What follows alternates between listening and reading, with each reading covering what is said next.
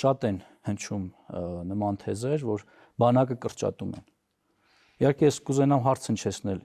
ինչ է ասել է բանակը կրճատում են, այսինքն եթե ցիկլը 2 տարվա փոխարինվում է 1.5 տարով, որտեղ է տեղի ունենում կրճատումը։ Նախ պիտի նշեմ, որ մենք այս որոշումը ընդունել ենք, որովհետև մենք մեկ այլ օրենսդրական փոփոխություն ենք ունեցել, դա պաշտպան հայրենիաց ծրագիրն է, երբ ժամկետային զինծառայողները դառնում են պայմանագրային եւ 5 տարով պայմանագիր են կնքում պաշտպանության նախարարության հետ։ Մենք մինչև այսօր 2 տարվա ընթացքում արդեն ունենք, այս թիվը հնչեցնելու եմ, որովհետև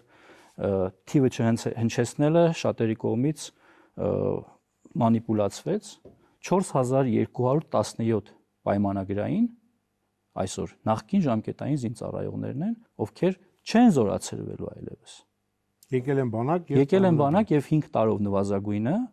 իրենց կյանքը կապել են բանակի հետ։